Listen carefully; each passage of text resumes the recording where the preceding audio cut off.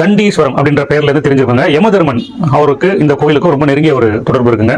யமதர்மன் வந்து அந்த தண்டாயுதம் வச்சிருப்பாரு பாருங்க, அந்த தண்டம்னு சொல்லுவாங்க. அதை வந்து எடுத்துட்டு வந்து மார்க்கண்டேயர் வந்து கொல்றதுக்காக வராரு. அவருடைய ஆயுட்காலம் முடிஞ்சிச்சா என்னன்னு தெரியல. அவர் கொல்ல வரும்போது மார்க்கண்டேயர் சிவபெருமான் கிட்ட போயிட்டு ஓடி ஒளிஞ்சுக்கிறாரு. அப்ப சிவபெருமான் வந்து காப்பாத்துறாரு. இது வந்து திருக்கடையூர் அந்த சிவன் கோயில் நடந்ததா சொல்றாங்க.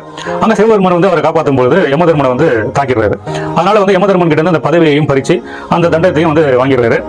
இதனால வந்து யமதர்மன் பல நாட்கள் வந்து சிவபெருமானை நோக்கி வழிபட்டு தான் செஞ்ச தவறுக்காக அவர் வந்து வழிபடுறாரு சிவனை. இதனால சிவபெருமான் வந்து மறுபடியும் யமதர்மனை வந்து மன்னிச்சு அந்த தண்டத்தை திருப்பி கொடுத்து அவருடைய பதவியையும் கொடுத்த இடம் தான் இந்த தண்டீஸ்வரம் கோவில், வேளச்சேரி.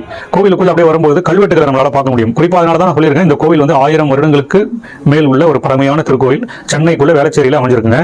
இது போன்ற பல கோவில்கள் வந்து சென்னைக்குள்ளே நிறைய இருக்குங்க. சென்னை புறநகர்லையும் இருக்கு. அதெல்லாம் ஒண்ணு பார்க்கலாம். கோவிலுடைய சிறப்பம்சம் பார்த்தீங்கன்னா, யமதர்மனுக்காக தான் இந்த சிவபெருமான் வந்து இந்த கோவிலில் வந்து அவரோட தண்டத்தை திரும்பி கொடுத்ததால இந்த தண்டீஸ்வரம் அப்படின்ற பேர் வந்ததால தான் இந்த கோவிலே அமைஞ்சிருக்கு.